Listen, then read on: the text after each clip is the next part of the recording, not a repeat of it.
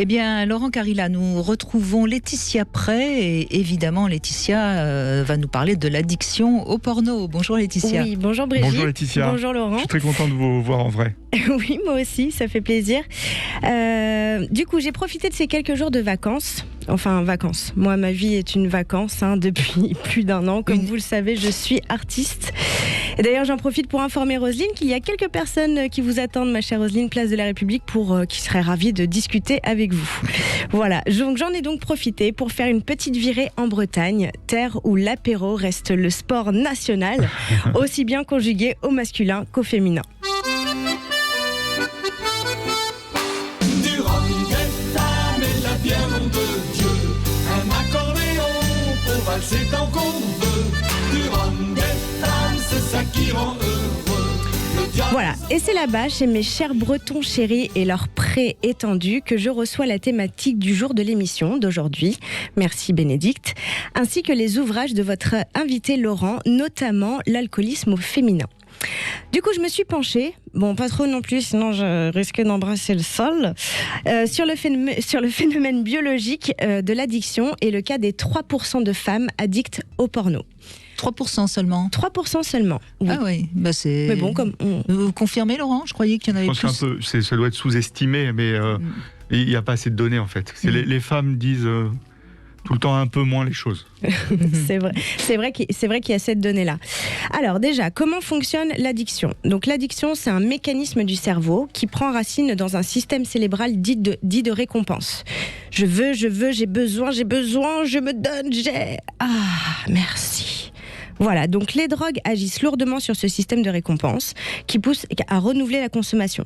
Ce système de récompense est à l'œuvre avec les fonctions vitales comme manger ou boire. Des études neurologiques ont permis de constater que le taux de dopamine augmente lorsque le système de récompense était stimulé.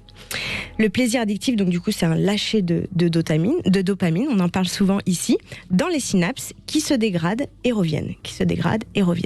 Vous confirmez, Laurent, hein? J'adore vous écouter, allez-y. C'est cool. Vous me dites si je dis des bêtises quand même. Non, c'est vrai. Alors là où les drogues trompent le système, c'est qu'elles conservent cette sensation de dopamine là où elle devrait se relâcher.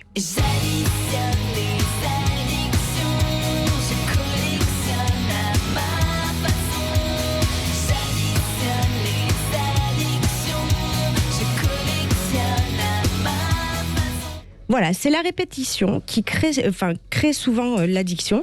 Et certaines drogues sont plus addictives que d'autres, on l'a entendu, comme la nicotine, l'héroïne ou la cocaïne. Excellent. Mais l'addiction peut être aussi comportementale. Exactement. Voilà. Elles peuvent être créées par le jeu, le shopping, le sexe et notamment le porno.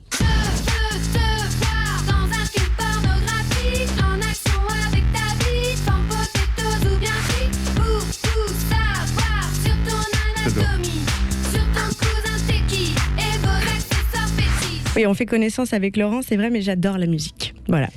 Pas le heavy metal.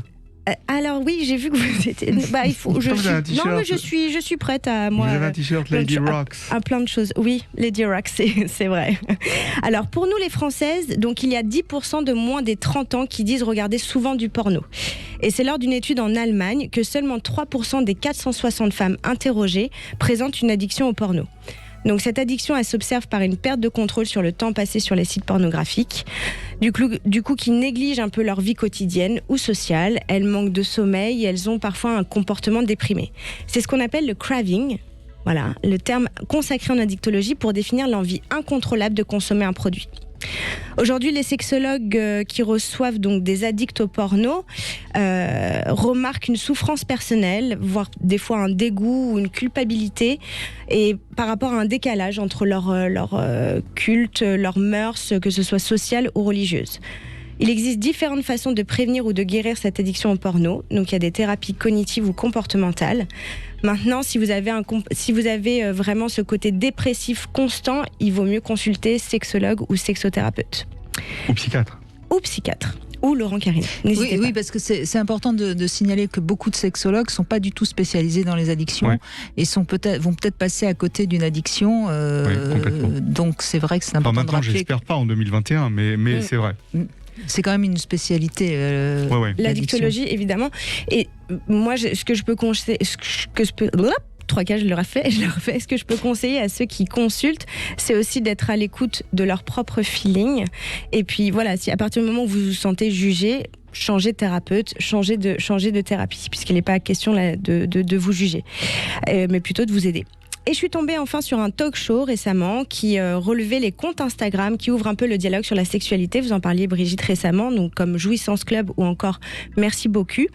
Et il y avait une gynécologue obstétricienne qui était invitée, Rada Hatem, qui a écrit notamment Le sexe et l'amour dans la vraie vie.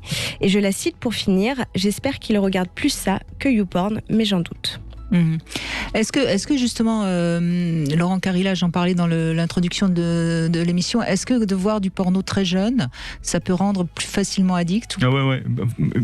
Plus on est, c'est valable pour toutes les addictions. Plus on est exposé tôt à un produit addictogène, plus il y a un risque d'être addict.